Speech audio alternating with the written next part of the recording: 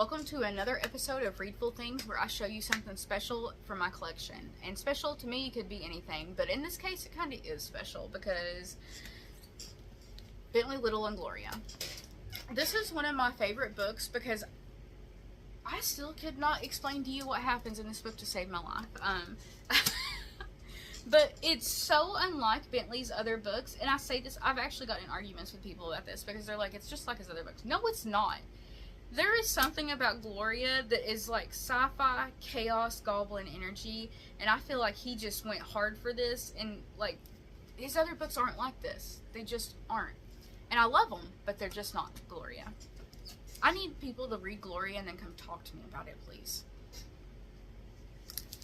So, oh, did I tell you this about? Oh, SST. Like I said, I have a lot of their books. They're very good publisher. Everything is super high quality. I love how they feel. And like, look at the color. Of course, this is a signed and limited edition one.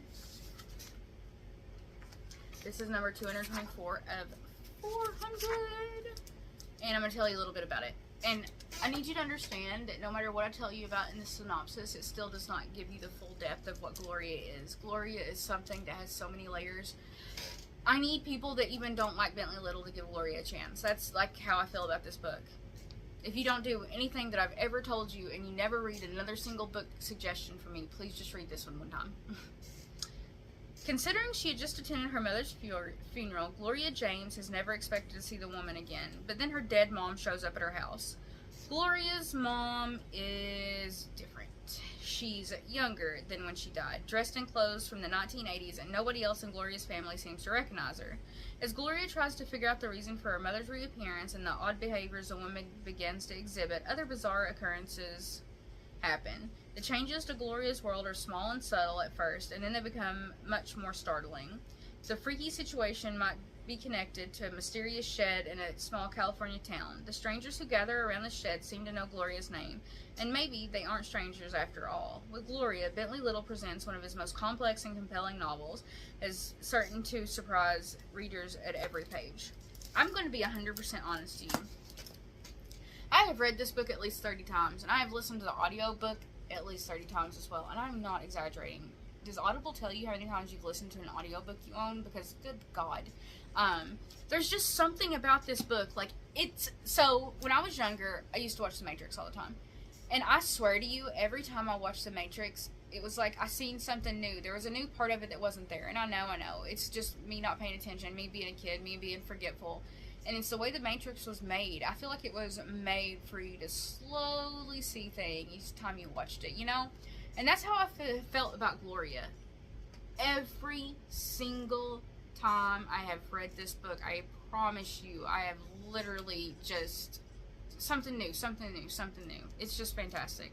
Gloria by Bentley Little, SST Publications. If you haven't checked them out, check them out. They've got more than just Bentley Little and Josh Malerman, which is what I usually buy from them. But and I love how I'm talking about Josh Malerman as I'm about to show you Pearl from SST as well. I have on this day, the Day of the Pig, which is the first iteration of this. I have Pearl, the trade paperback, or no, hardback version of it. And now I have Pearl, Josh Malerman, SST. Look at that freaking cover. If you haven't read Pearl, you're missing out. It is brutal, it's dark, it's sad, it's crazy, it's something. It's everything. And I really like, I'm telling you, I'm a sucker for whatever this is. Like, how is it that pink and maroon go together so well? Love it. This is signed and numbered. This is number 149. Ben Baldwin is one of my favorite artists as well. You've probably heard me talk about him in Wax Poetic because he's amazing. I can, usually when I see his artwork, I'm like, holy shit, yes, I know I need it. And again, I'm trying to find you one of the full cover artwork pages, but it's not too deep in, so you don't get spoiled. But don't read any of this. Just look at the photo. Do I need to tell you about Pearl? I feel like I do need to tell you about Pearl. Pearl is absolutely unhinged, and it's about a pig that's smart and insane and chaotic and wants to murder everyone, but doesn't want to murder everyone. It's a pig. How much emotional intelligence does a pig really have? And can you blame a pig? I don't know. That one had a lot of questions, not a lot of answers for me, because I'm like, do I feel bad for Pearl? Do I sympathize with Pearl? I sympathize with Pearl. But yeah. And then another SST special, The Bank by Bentley Little. And I know you're like, Alexis, seriously, another one? Yes, another one. I can't help it. I'm an SST junkie and a Bentley Little junkie. Nice. And then, of course, this is a signed and numbered one. This is number 224 of 400. And again, it's Bentley doing what Bentley does best and taking something absolutely normal, insane, and making it chaos goblin energy. We know who you are. Can your current bank say that? We pride ourselves on providing unparalleled service to all our customers. We're looking forward to banking with you.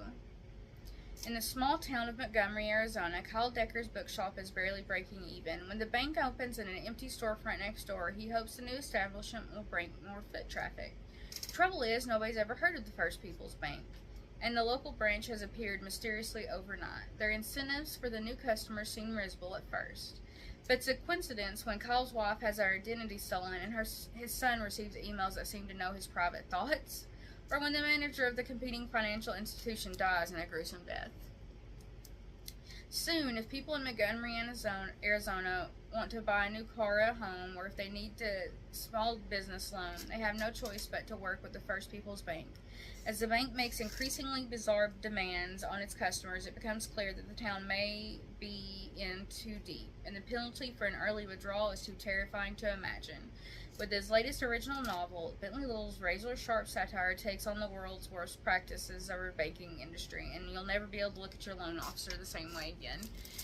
And I know, it's kind of corny, but it's also like, hey, let's fight the man, the bank, this fees. And what are fees but slowly draining you of your lifeblood, just like the bank? I know, you're like, Alexis, that is so freaking corny. But seriously, he takes everyday, mundane things and makes them terrifying in a way that you didn't really think about before. SST, The Bank. SST, Pearl, by Josh Malerman, one of my favorites. And then, of course, SST, Gloria, by Bentley Little. I have a huge SST collection.